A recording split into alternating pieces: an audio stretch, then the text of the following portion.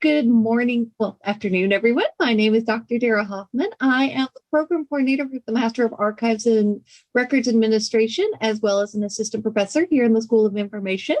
And I am delighted that Mara is able to co-host this webinar with the CPGE Academic EDI Committee, and that we're able to have Dr. Aisha Johnson, who is an incredible archivist, librarian, and scholar, share her work and her experience with us today. So it's my pleasure now to hand hosting over to Dr. Villagran. Thank you, Dr. Hoffman. I'm Dr. Villagran, CPGE EDI Academic Committee Chair, co-hosting this with Mara. So welcome, everyone. We're really excited for this webinar. I'm just going to do a brief introduction about Dr. Aisha Johnson's talk today around diversity for representation. She will discuss her path to librarianship, archives, and the discovery of the Julius Rosenwald Library Fund. And I don't want to take any much time of her time, so I'm going to turn it over to you, Dr. Johnson, to kick us off. Hello, everyone. Let me know you can hear me and see me. I am Dr. Aisha Johnson. As mentioned, I hope all is well and you are having happy holidays. So during this discussion, if you will, not a lecture, please feel free to put anything in the chat. I'll ask any questions along the way. I'm absolutely okay with that. If you have questions and you don't want to, feel like you're interrupting, you can also wait till the end. We'll save a good 10 to 15 minutes for questions at the end. So I see former students already. That's awesome. So hello. We're going to talk about diversity for representation in this beautiful profession. I love librarianship. If you don't know anything else about me, you have to know that I love all things archives, museums, and libraries. And you don't have to pick a side. So no, don't let anyone tell you that you do. You can love it all. But I love this profession, and it's something that I like to call a warm blanket, right? There is not a single profession that does not need information literacy. So library and information science is that warm blanket. You put us over any profession and we make things that much better, right? So welcome to all the lovers of libraries, archives, and museums. But because we have such an important role in society, that being information access and information literacy, you have to know and understand the importance of representation within such a profession that impacts our society and all of our communities, right? So this is why often we are talking about diversity, equity, inclusion, accessibility, belonging, because libraries are indeed for everyone. So this is why we talk about diversity for representation. Diversity is so far beyond race, right? Of course, that's just what the eyes can see, but we're also talking about education, background, experiences, perspectives.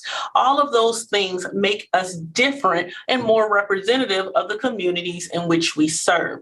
So my journey to librarianship is going to have to start as a child, like most of us, where, my parents would take me to the library and enjoy, and I had a library at home, right?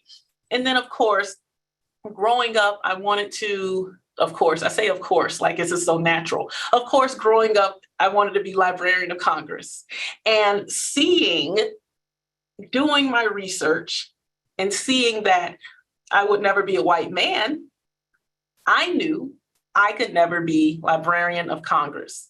And that hurt me so bad. I was just torn that day. My parents talk about it still, but I didn't see anything that looked like me. And because I didn't see anything that looked like me, I immediately denied my own self that dream. So the goal in which we operate and to do things is to counteract that, so no one actually experiences such things. Obviously, our wonderful Dr. Carla Hayden has turned that around for many, many people, to which I've shared this story with her when I met her. She's turned that around for many, many people, but think about the impact of the lack of representation does to the psyche, does to your ability to even fathom what you can do. As people of color and as members of marginalized communities, We have to see it. To know that it is absolutely possible, we have to be able to touch it, right? So for me, that is where my journey to librarianship has led me. Throughout my master's program, I've always focused on diversity within the field or the lack thereof. And that, of course, bled into my platform for all things diversity, equity, inclusion, and specifically African American history and the development of Southern Public Library. So that's where we are now. Well, during my during my doctorate program, I took on a fellowship funded by the IMLS for increasing African American diversity in archives. I became a trained archivist during my doctorate program, doing research because I wanted to do my research in the archives. So naturally, I wanted to understand archives and end up loving that as well, and became a trained archivist while also being a formally educated librarian. So I took on this fellowship. And I was hosted by Fisk University, who has one of the most beautiful and legendary archives in this country. I mean, it's almost like a who's who of American education and African American history, and just a beautiful collection of historical, rare, and unique materials. And I was assigned this collection. That had been sitting there for quite some time, and it turned out to be the Julius Rosenwald Fund Library program. So it's the S.L. Smith Collection, standing for Samuel Leonard Smith, personal papers and professional papers. And the collection is where I found the information that had been hidden, like so many valuable and impactful stories in our archives. And I talked to my committee and I'm like, have you guys heard of this program? And if you have people in the South, if your grandparents, great-grandparents were reared in the South and they went to school in the South, 9 times out of 10, they went to a Rosenwald school. Now, the Julius Rosenwald Fund built a little bit over 5,300 schools in 15 southern states. This was the primary way that African Americans were educated during that time period. Of course, you had other initiatives like Gene Supervisors, of course, the AMA, American Missionary Association. But when we're talking about impact and the spread of African American literacy, we have to know about the Julius Rosenwald Fund's rural school program, right? Well, out of this program, one of the Southern directors, S.L. Smith, says to Julius Rosenwald, these schools are great. However, they don't have libraries. They don't have literature. They don't have access to additional literature, as though they were reading already what they had. And that is what sparked the Julius Rosenwald Fund Library Program. Well, when I asked my committee members about it, and I mean, this was 10 years ago, so nothing came up. It was absolutely nothing published on the Julius Rosenwald Fund Library Program, while you could find a number of publications and some books on the school program. So, I took on the wonderful late, great Toni Morris's advice of, if there's a book you want to read, but it hasn't been written yet, then you must write it. So I did. I wanted to know more. I wanted to learn as much as I could about this story and about this program and what it did for not only African American literacy, but the South, the intellectual development of the South. So library philanthropy was indeed the primary way for the development of Southern libraries. The South had this unlawful marriage with segregation and discrimination, to the point where big businesses didn't even want to come South because they didn't want the moral discriminatory practices, or they didn't want to be associated with such practices because it just wasn't good for business. But the South was married to this custom, to this way of life. So the development of Negro institutions happened in the community, charitable organizations and philanthropists, right? A lot of grassroots movements was happening for the actual development. Why is that beyond economical? There's this misconception that if any institution for African Americans, for Negroes was to develop, it had to significantly lag behind that of white Americans. Like that was the business plan. That was the strategy. And if you think about the time period, African Americans barely had access to education, let alone libraries, but even rural whites didn't have this access. So for that to be the mindset in the business plan, it was not only detrimental to African Americans, it was detrimental to the entire American South. But that's not what people saw. They wanted to keep and prevent this one particular culture from rising. And that's something that we have to recognize even today, how African Americans break through and open the door or break a glass ceiling for other cultures. It's a benefit of all, right? BIPOC marginalized communities and members of these groups, we help each other, right? But by targeting, they really hurt the economy and the society, right, of the entire American South, because the more educated a society you have, the better economy you have as well. So the Julius Rosenwald Fund focuses on 4 different areas. Education, which also is going to include library services, health and medical services, fellowships and scholarships, and of course, race relations, which we refer to as social studies today. The fund's going to operate between 1917 and 1948. Now, of course, we know of 2 main key contributors. I know everyone has heard of Andrew Carnegie, but rarely have heard of Julius Rosenwald, and we'll talk about why that is. Now, if we want to think about, Carnegie develops about 2,000 libraries nationally and a few international throughout his time, throughout his, I would say, his focus on library development. The problem or issue there is with Carnegie's model, money was given to the African American library, the African American community, and then money was given to the white community. Where's that issue? The issue is it was usually about 10% for the colored library versus what was given to the white community. So for example, classic example, Carnegie gives $100,000 in 1901 for a white library in Atlanta. Well, he gives $10,000 to the Black community for a Black or colored library. One, that's a problem with the funding, right? Well, it takes the Black community 20 years to open that library. 20 years because of such a discriminatory practice, right? And nobody batted an eye at the difference in the funding because that was the custom, right? But think about that. 20 years to open a simple library for the Black community.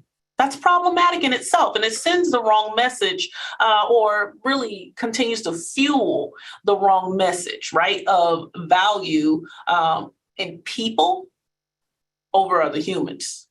So with the Julius Rosenwald Fund Library Program, the goal is to improve literacy and enhance educational opportunities, specifically for African Americans. We have to understand the value and impact that literacy has on society, that literacy and access have on communities. So 1927 to 1941, we're going to see a distribution of about 9,400 libraries. Now, when we talk about libraries throughout this discussion, libraries will also include library sets or book sets. So we really actually get up to about 10,000, right? And we'll discuss that. Now, there's 43 Black colleges and normal schools, better known today as HBCUs, historically Black colleges and universities, that actually benefit. We'll talk about the significance of that. And in 29 to 36, there's a Library County demonstration that changes what we now consider county or public libraries. It changes the entire landscape for us.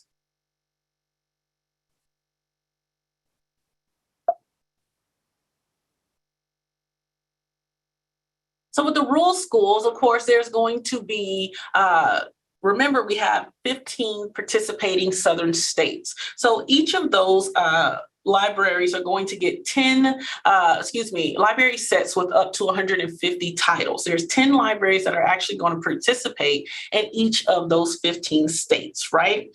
When we talk about up to 150 titles, it depends on the school and the class size. Remember, the multi-generational in one classroom model comes from this. So African Americans would be in 1, 2, 3 room schoolhouses, but initially 1 room schoolhouses, and there was multiple generations in these schools. It's so funny how history is cyclical, because now we have 3, 4 generations in a classroom, right? So, but the problem is here, they're going to school around harvest. How we go to school now is not how obviously they went to school, right? They went to school around harvest. So those books were a variety of topics, from African-American contributions to different subject matters that would build knowledge, and educating the principal and the teachers about the library, about the value of the library, about the impact of the library, but about the reading material itself. So we do reader advisory services today. The traditional reference interview, the officials were teaching the principals and the teachers about the things we talk about the things we teach in our iSchools, right? Our schools of library and information science. Of course, it was free access and use of the books. And why was this so important? Because these libraries were oftentimes the first level of exposure that community members even had. To this day, most of the time people are initially exposed to libraries is in the school library, which is why the school library is so important. It is that introduction. I still remember my school librarian, Mrs. Brown, and the impact that she had as a Black librarian in my magnet school. So this was significant because not only are we focused on the education of the students in the community, but we're focused on the education of the people at home. There was this notion that Black children could not read or did not read because their parents could not read or did not read, and that wasn't the case. When they sent these books home with the students, it was recorded statistically that the book would be read by at least 5 people before it was returned to the library. So now we're being able to debunk these notions or these misconceptions and really understand that it wasn't a lack of desire. It was just there was no food to feed the desire. There was no access to successfully fulfill the need or the desire for books, for reading, for literacy. Right? We have to understand that it wasn't that Black children could not read or did not read because their parents could not read or did not read. It was simply because they did not have the supply. So now we're focused on collection development, or as they note in the documents, in the historical documents, a consistent addition of new books. That's collection development. You're going to see a lot of the traditional librarian themes and library and information science foundational, pieces and principles in this program. And a lot of them are coming out of understanding the very core of what we do, information needs of people. Again, it served the community residents as well. And the beautiful thing about this entire program in the Fisk University archives is that there's annual reports from administrators, from the teachers, how, of course, statistical, but also qualitative, and how eager and grateful and excited the students were to, tell visitors about the books they're reading and the new stories and answer the questions, that the visitors may have, because officials from the fund also visited the different schools to really see how the programs was going, to see how it was building out. So we're also going to have reading encouragement, is what I call it. Reading encouragement is when you are providing access, when you are constantly developing the collection, when you are engaging the students with the books, it's a feed, it's a pull, so we want to see that, especially in our youth. When you teach children how to read young, you're going to create readers and lifelong learners. Now, the African American colleges or libraries, and be very clear, I'm using the titles found in the documents, but yes, we do refer to the African American colleges, normal schools today, as historically Black colleges and universities if they qualify for that federal designation. So the thing you need to understand about the Julius Rosenwald Fund program is that it all started with experiments. Rosenwald is a very wise businessman, an extremely wise businessman who really likes to test the waters before he dives in. He really enjoys testing the waters before he dives in, and testing the waters for him is going to look like a year experiment with X amount of dollars focused on particular institutions and seeing how that plays itself out. And if it's successful, then expand it. And I guess it just so happened to be very lucky and business savvy for him that these experiments worked. Using this model, and it wasn't just, okay, I'm going to throw this money out there and let's see what happens. No, it was a business plan for philanthropy. There was a business plan for these organizations to succeed. No organization, whether it was the rural schools, the high schools, the Black colleges, the county libraries, no one was just given money. No one. There was a match, and it depends on what level. It could have been $1 to $1 or $1 up to $4, depending on the size of the organization in which he was helping, or the division in which these libraries fell under. And so what you have there is a buy-in. Now, what I want you to really understand is these were rural Black communities. They barely had anything. So for them as a community to come up with this money and help build the buildings, survey and maintain the land, that's desire. That's how much they wanted this, right? So when the African American Colleges division comes along, we're going to do 5 experimental colleges. Of course, what is now known as Tennessee State, Southern University, Tuskegee University, Virginia State College, and Winston-Salem State University. Those were the initials. See, the problem is you had African American schools, African American colleges that were often teacher training colleges and didn't have children's literature. How? How do I sufficiently teach someone to become a teacher without the literature, without training material? How do I do that sufficiently and then expect them to be able to get a teacher job?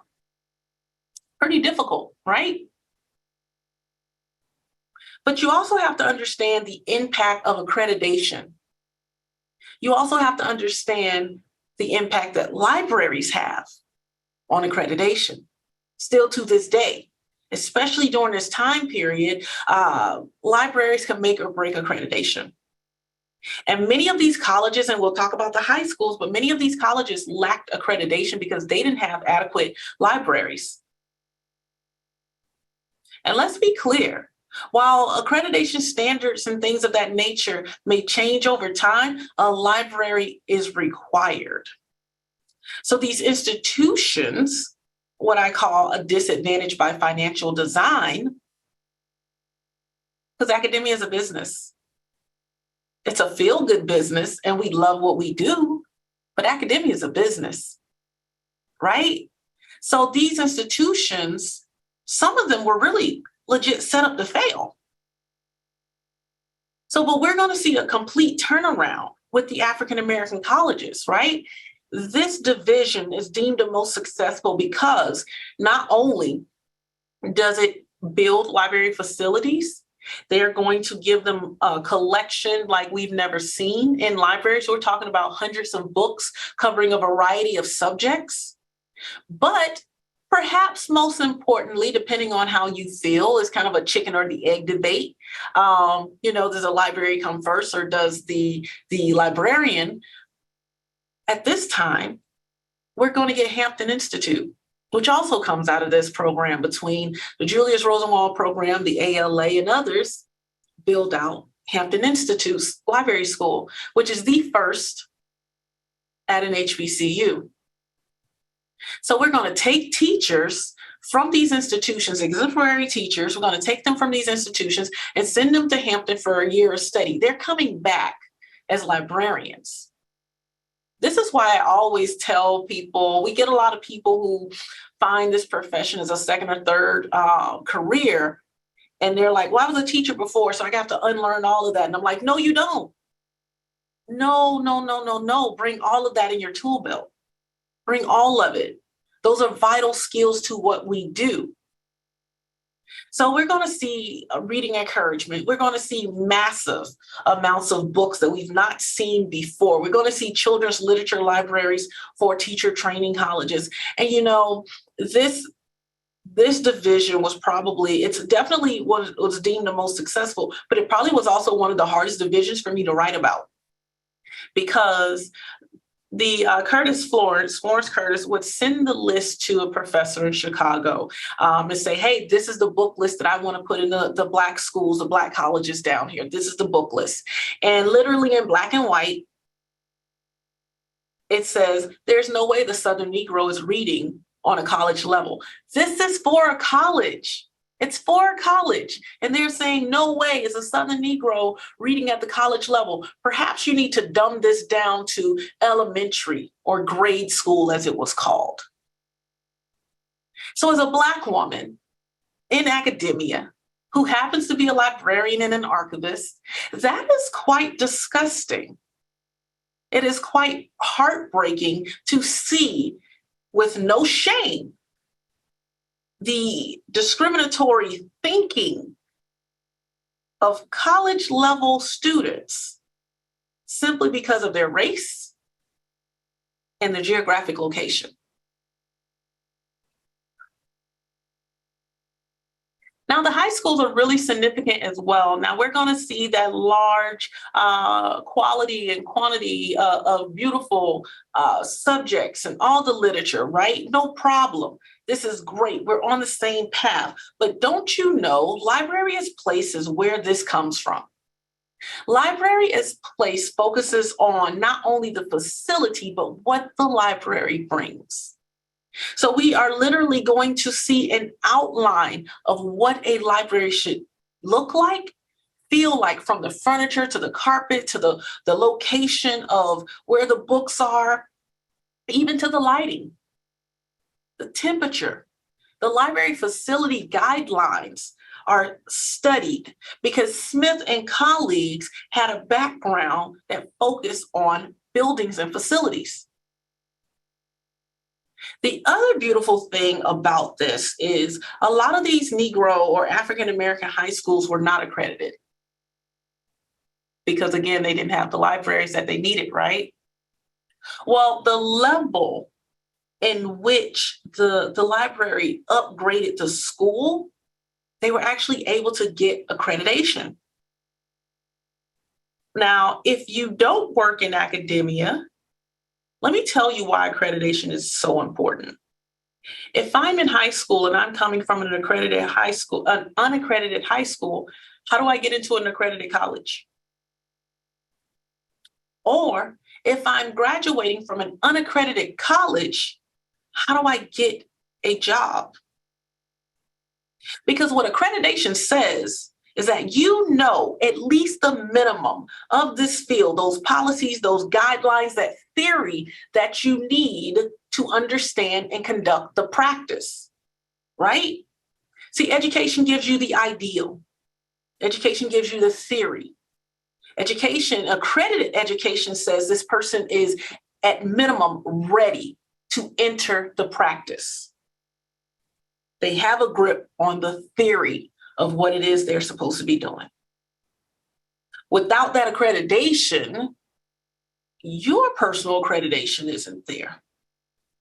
So the fact that these institutions lacked accreditation was the economical problem for African Americans being able to come up, do better, change things for their family and potentially generations to come. Again, a design by financial disadvantage.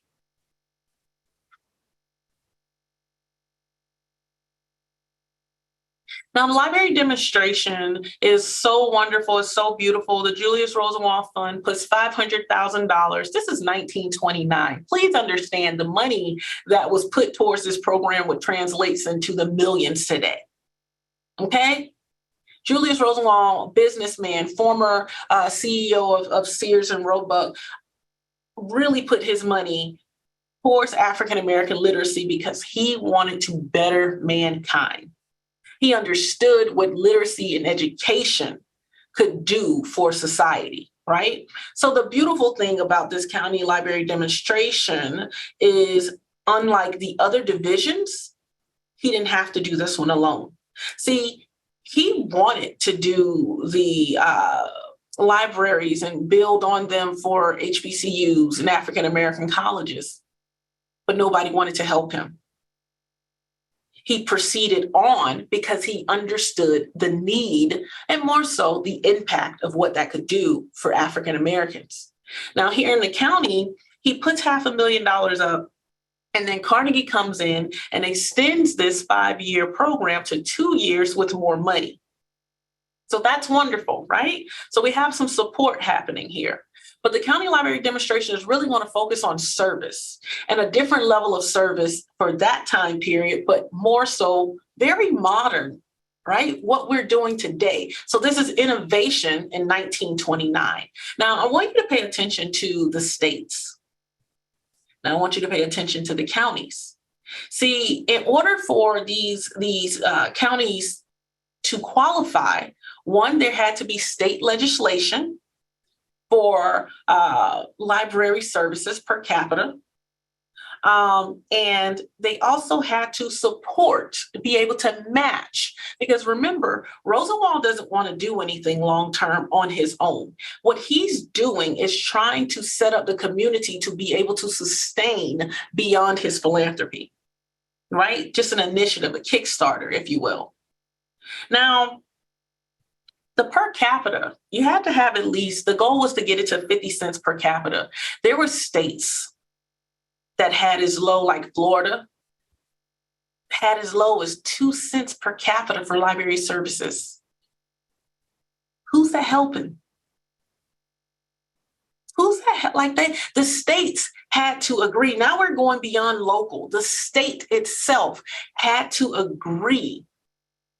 The state had to agree to raise the per capita in order to participate in this program.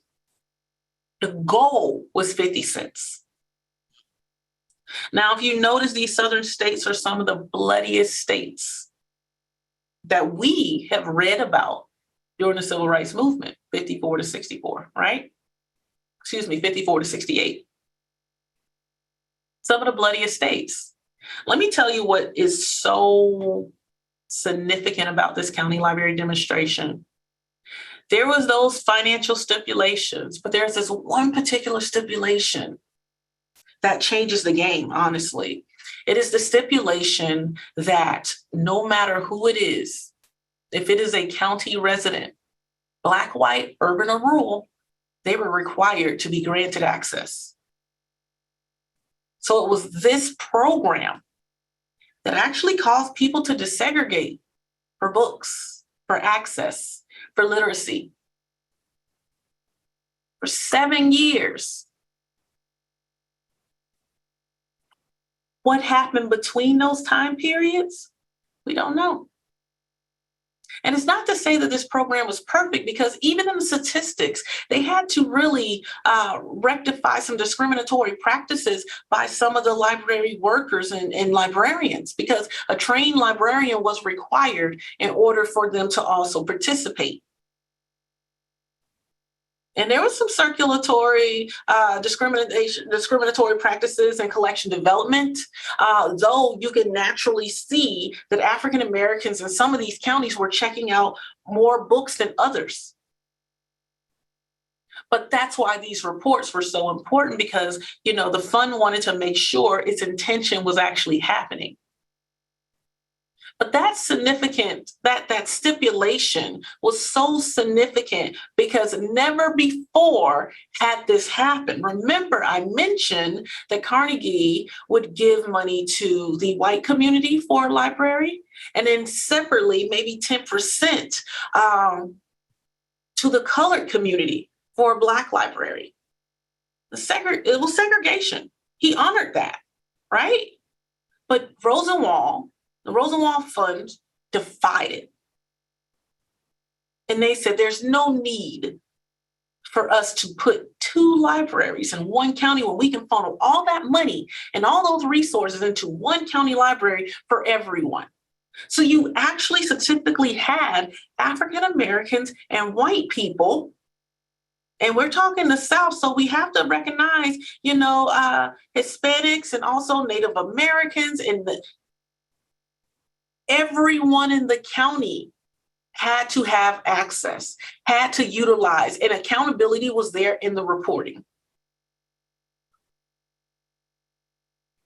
So the county demonstration is focused on rendering services. We're talking about education, recreational, and cultural, the things that a library as place still operates as today. We're going to see paid collections and regular circulation of books and a variety of special programming, public programming. We're going to see provisions for adult education programs and all types of arts and music programs as well, even some traveling exhibits. And again, this is all documented within the quarterly reports. Now, just because we have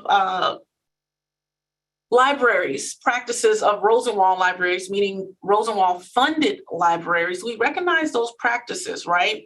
But those libraries were also set up to influence those who could not qualify in positive ways. It was a demonstration of what was possible and how libraries really benefited the community and society as a whole. So we're going to see cooperative efforts in increasing the amount of materials available in accessible collection development, and cooperation and professional training for teachers and librarians, and a cooperative study of those regional problems. And that's going to be deemed race relations, social studies, and class impact problems. So what about others, right? Well, whenever you do research, you have to stay open to whatever the archives, whatever the books are going to offer you. Yes, you have your inquiry. Yes, you have your research set, your questions, all of that good jazz that we teach you. But if you stay open, the materials will offer you way more than you bargained for.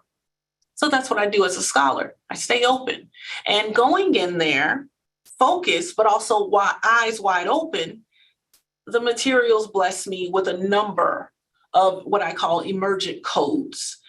So we were able to actually code, we meaning myself and the researcher, me, was actually able to code these areas that I was not focused on, and the impact in which the Julius Rosenwald Fund had on state library commissions, library schools, scholarships and fellowships, training institutes and meetings, because again, before Hampton, there was no African. We do have to recognize, of course, Thomas Fountain Blue, right?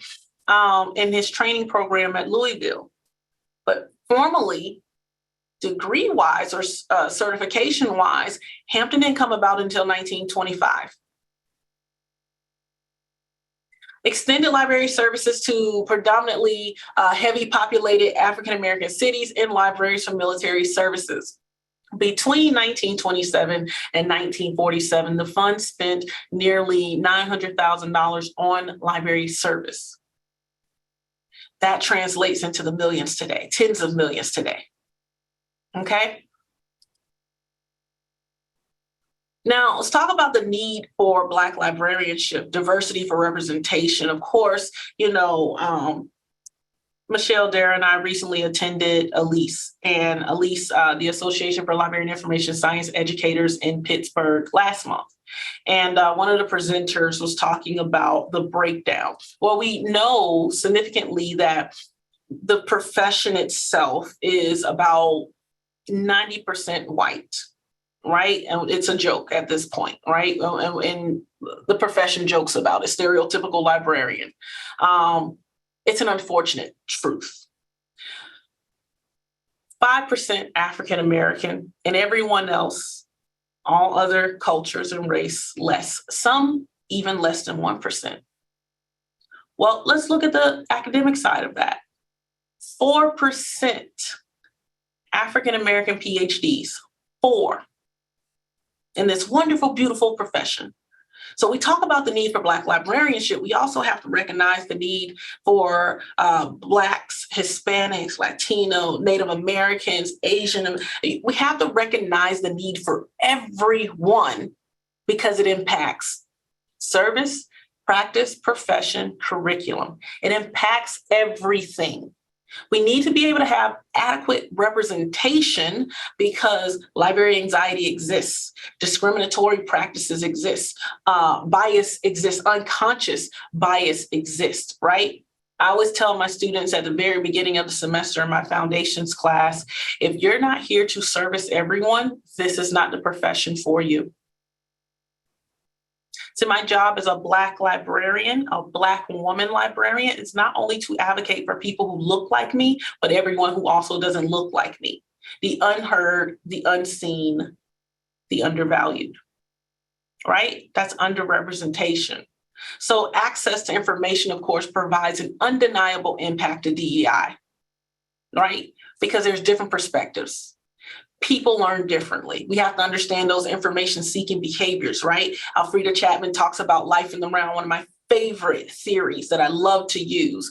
Well, people will seek information from those they're comfortable with first, or those who look like them, similar environments. But if I walk into a library and everyone looks like me, do you understand how vulnerable it is to admit you don't know something to someone who does not look like you? Our society does that every day. And by us not being representative of as a profession, we actually hurt the people we're trying to help. So, of course, Rosenwald Fund played a key role in advocating, supporting, and funding the formalization of Black librarianship. I have a question in the chat. Can you speak further on how Hispanic Americans are included in this conversation? I'm a female Mexican American entering the MLIS Special Sessions Program and look forward to increasing the number of Hispanic working in librarianship. Yes, so Hispanic Americans are included in this conversation because let's break down America's class system. A lot of people will perceive discrimination rooted in race and gender. Discrimination, you have to take a step back. Discrimination is rooted in class. America's built on a class system. So we have an issue with wanting to have classes of people, right? And while I don't believe people belong in categories, this is how we fuel systematic discrimination. So again, when I'm advocating as a Black woman, I'm not just advocating for Black people. It is my job to advocate for Hispanic Americans. You're in this profession, you're also less than 5%. So the conversation is focused on whomever your platform is, but you got to understand the impact on access and literacy for BIPOC and marginalized communities. We all play a role. Even the profession that is majority white, we all play a role in this. So if I'm in a Hispanic serving community, or I work at a predominantly Hispanic serving institution, meaning college, right? Those students still need to see someone who looks like them. So the very fact that you are a minority entering this field and I hope I'm pronouncing your name correctly, Adina, it's going to change lives. It's representation where my Librarian of Congress story, where I couldn't be, I'm not ever going to be a white man. I can't be Librarian of Congress. There's no way I should have had that thought. But immediately that was my thought. I can't be what I wanted to be because I'm not that. Representation matters beyond what we just see on the surface, if that makes sense. Let me know if I answered your question. Geneva says absolutely. Geneva says, as for seeking more archives hands-on experience, how would you advise a new MLIS graduate students to do so? Are there any HBCU pipelines for postgraduate students? I find most new entry-level archives jobs require 1 or 2 years. Good question. While I do recommend internships, there's very few of us who could work for free, right? Let's just be real. And another thing that I've asked the profession to do, even in my position, when we have these entry-level positions, librarian 1, librarian archivist 1, and it requires 2 years of experience, well, that's not an entry-level position. And it's actually unfair to, those who are entering the profession.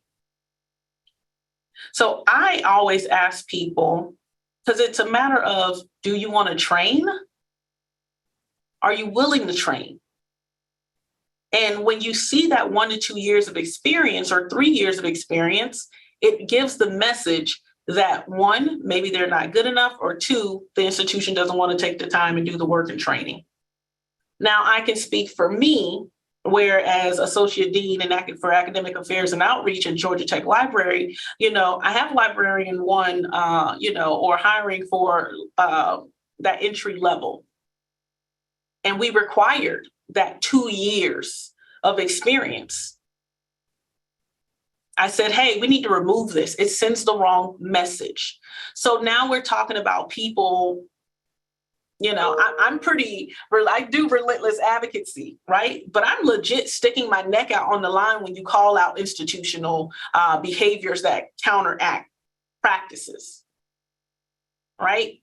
I would encourage advocacy from people who are in positions to change policy. Now, I will also encourage you all, new graduates, mid-career professionals, to seek leadership and management training so you can be at the table where change and policy happens. So HBCU pipelines, postgraduate, there's only one HBCU with the Library and Information Science program, unfortunately, but fortunately, they are still strong, and that's North Carolina Central University.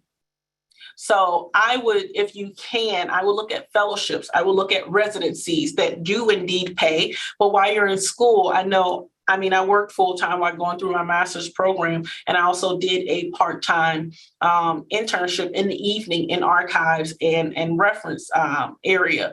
But a lot of us cannot work for free, right? So that can indeed be a hiccup. But I am constantly advocating for entry-level positions to truly be entry.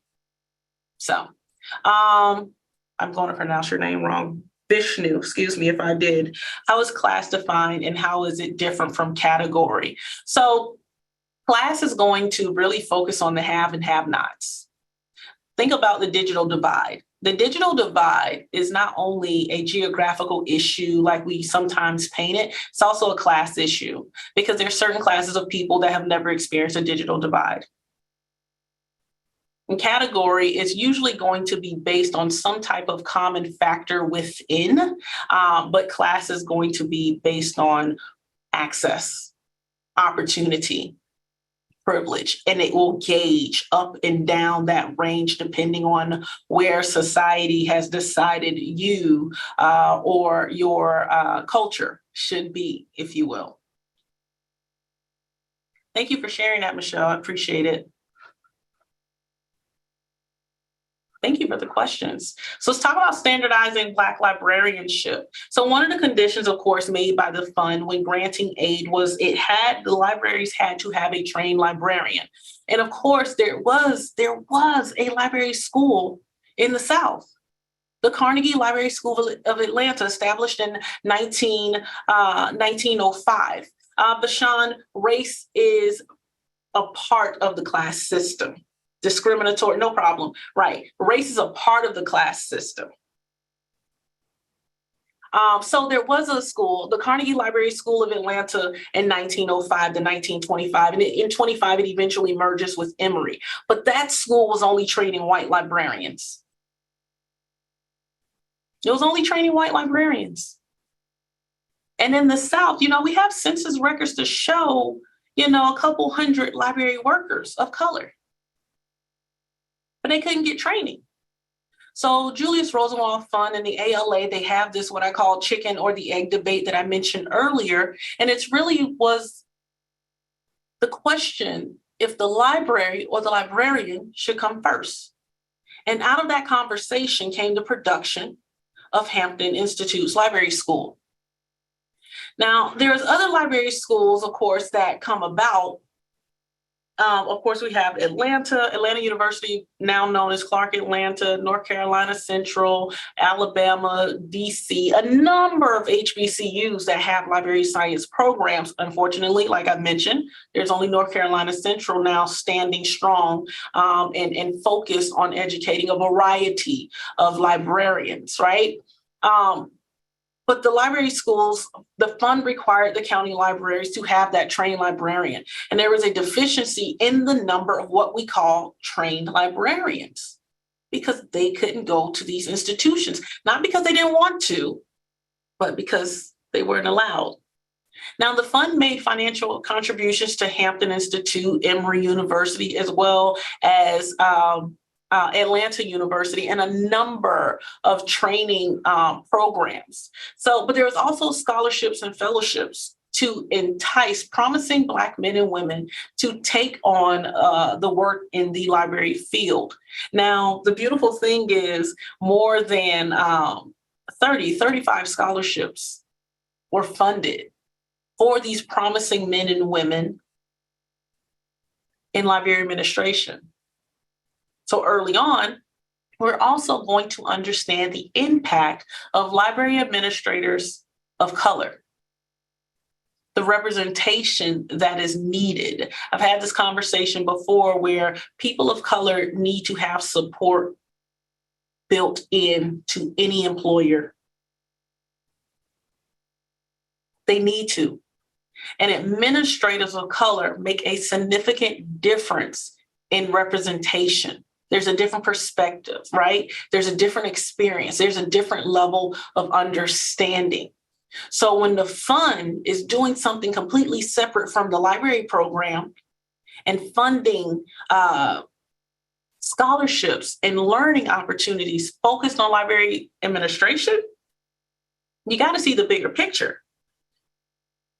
Vivian Harsh, who's one of my librarian sheroes, Black librarian in Chicago, branch named after her, an amazing, beautiful collection. She was a recipient. She was a recipient of this scholarship, one of 35.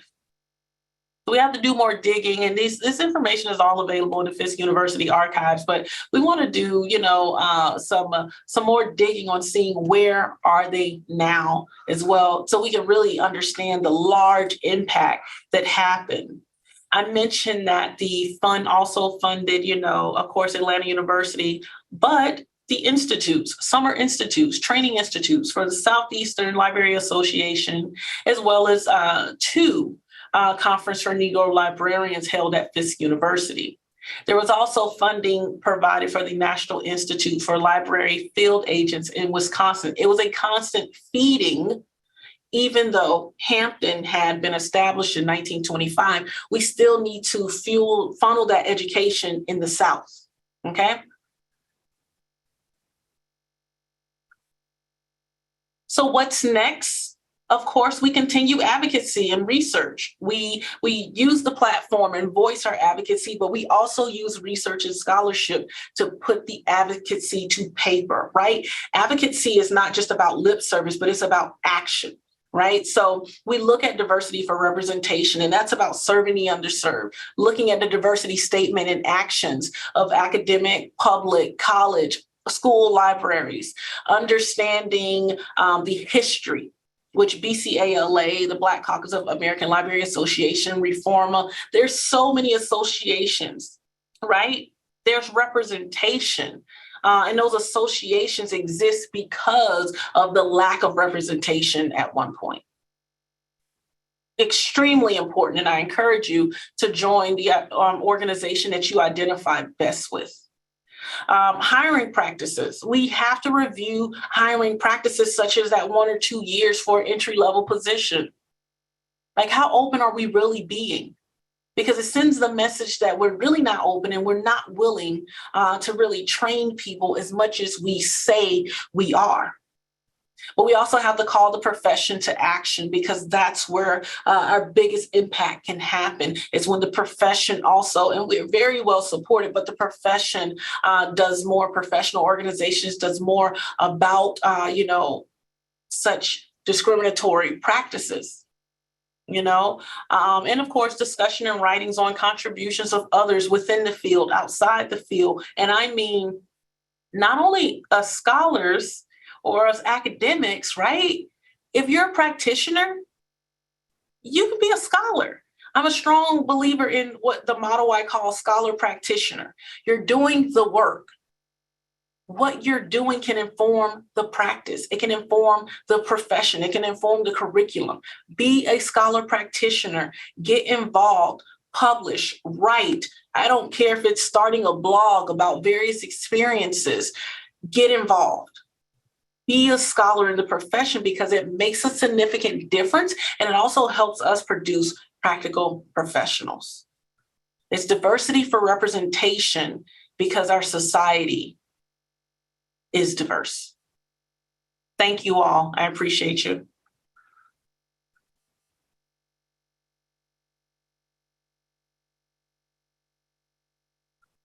You can ask any questions or pick up the microphone. I know I kind of went to the line, but we had some questions in between there. So anyone have any questions?